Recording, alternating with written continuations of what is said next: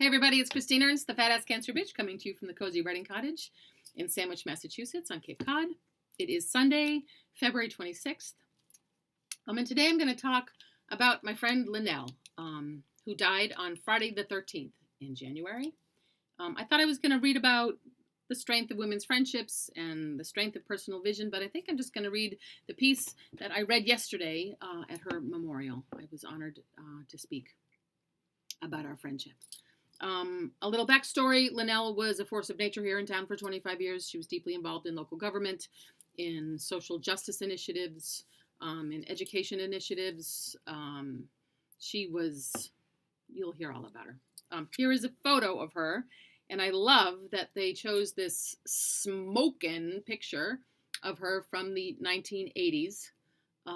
She was also an actor and singer. But I love that they used this photo for her obituary. So this piece is called Stabat Mater. Also, you should know that, just for context, Linell, when she was 20, her infant son Nathan died of SIDS. Also part of what made her such a strong individual. Stabat Mater. The first time I met Linell was 18 years ago. We were rehearsing some theater thing at the Grange Hall out on County Road. I think she was wrangling some 10-minute play festival or other. Not a great gig, as I recall, but she was new in town. Now, the local theater scene here was not exactly a welcoming community in 2005, or at any other time for that matter. More of a closed shop, cliquey, deeply wary of outsiders, certainly suspicious of brash hotshots, especially ones from the big city with CVs as long as your arm. Yet here she was, in our small town, at the quaint but ancient Grange Hall, which had charm but not even a spotlight rig to recommend it. At the time, I wondered what drew her here.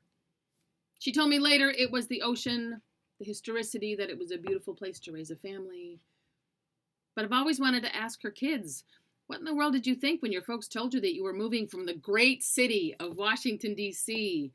to a teeny, sleepy town in Massachusetts named Sandwich? Now, even for a 10-minute play festival, she was so impressive.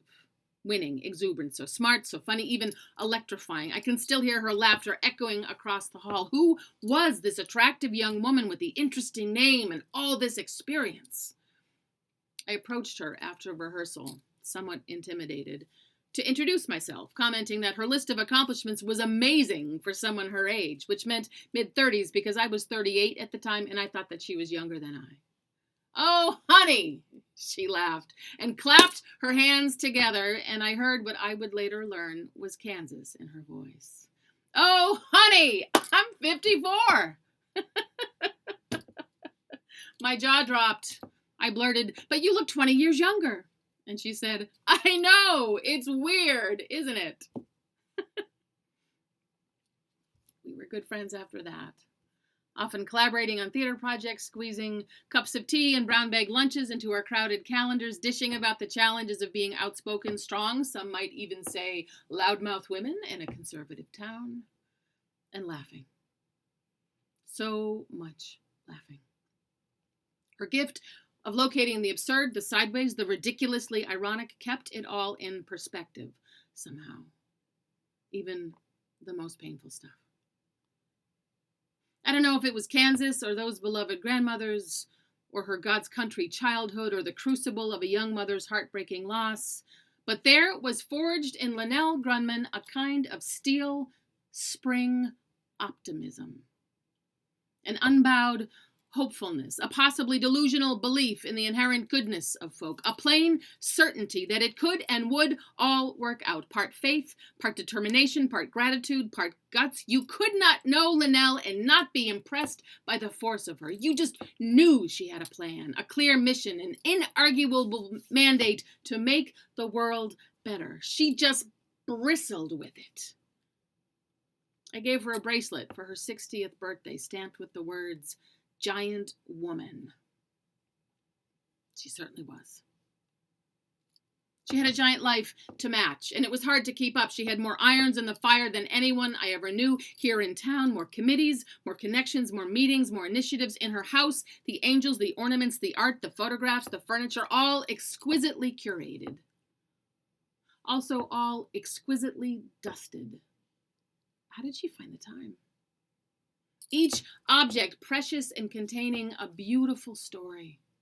Wherever your gaze fell in Linell's home, it found a small altar, a grouping of family photos, a collection of cherished mementos, an arrangement of drawings made by her children in kindergarten, a bird's nest filled with beach rocks. She seemed a person immersed in the museum of her experiences, the events and objects like a great map, an ongoing, accumulating narrative that deeply, even reverently, honored the past and at the same time imagined and made possible a better future. This was a kind of magic trick. I remember asking her about her collection of nativity scenes, depictions from so many cultures of the birth of Jesus. Some with the full-on entourage of kings and shepherds and animals, others simply Mary and Joseph and the baby. Religious objects, yes, of course, but also to Linell, she said, sacred reminders all year long of the love and strength and endurance of family. She collected people too. Raise your hand if Linell ever sent you a moving quote, a bit of scripture, an uplifting message. Raise your hand if Linell ever gave you a little book, a small sweet gift, the perfect card. Raise your hand if she ever hugged you hard, then chatted and laughed with you for 10 minutes, for 30 minutes, for 2 hours in the produce aisle at Stop and Shop, or in front of the post office, or at Cafe Chew, or at her latest fundraiser, or at her kitchen table. Raise your hand if you knew that you were loved by Linell. Our last project together was about gun violence. She was deeply involved in Moms Demand Action, a grassroots movement fighting for public safety measures to protect people from gun violence. Together, we interviewed more than 20 survivors on Zoom. People who had been shot and survived, parents and siblings and spouses and children of other folks who had not. We spoke to a teacher from Parkland where 2 students died in her classroom. We spoke to a Parkland dad who had lost his daughter. Our hope was to take these painful stories and create a work of theater that could help schools and communities understand the impact of gun violence. Now, I was basically a scribe in these conversations, making sure the interview was recorded and taking all the notes, and Linell asked all the questions. I often had to turn my camera off. The stories were so harrowing. But Linell never slipped. Always maintained her compassionate composure, always so kind and tender, yet stalwart, unwavering. I had seen this Linell before, that steely yet soft demeanor, on the select board, at town meeting, as Mother Bear, as theater director, as op-ed writer, as crusader, as devoted friend. Did the military train her to do this? I know she was in the Army, but is there some secret unit for such unflinching empathy? Army Special Operations PsyOps Stabat Mater Division? She was an expert. But after so many of those interviews, she sobbed. There was a cost. The last time that we spoke was December 13th, exactly a month before she died. We talked about our plans for 2023, our project together, how we were both gray and letting our hair grow long, how we each felt powerful and empowered and excited for the new year. Of course, she had a long list, but there was something different about her. An agitated urgency, a pressing need to get to projects she had long delayed. Theater plans, travel plans, major changes, so much. I chalked it up to the diagnosis, nothing like a life-threatening disease to kick things into gear. As she spoke, she gasped for breath, every statement punctuated by a gulp of air. I asked how the meds were working. She said, these stupid lungs, I'll tell you. I'll be fine, sister. I got too much to do. We laughed some more and joked that we were both turning into witches, and we made a date for a long weekend together in D.C. in the spring, when she was sure her lungs would be much improved. we rang off. I love you. I love you. Holding you in my heart, my dear. And holding you in mine, Linell. After we hung up, I sat for a bit, thinking about how intense she had seemed. I mean, Linell was always intense, but this was off the hook. As if she had read my mind, she texted me. And another thing! She wrote, "Don't forget, Christine. Don't waste your time with people who don't share your vision. You're a creative force, so stay focused!"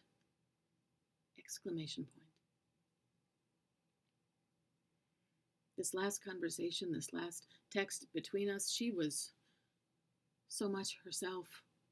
Shimmering, bursting, all head up, bristling.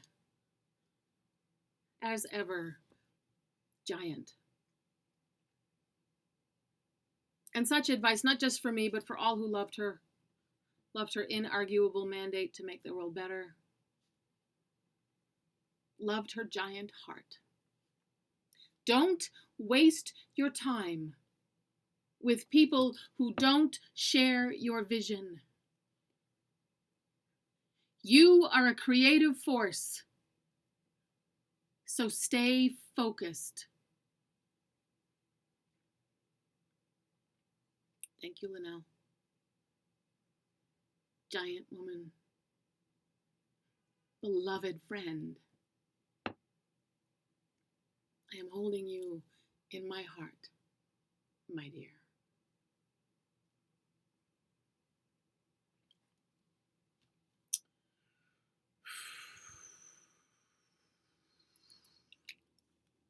Thanks for listening. Stay focused. Go make the world a better place. I'll see you next week.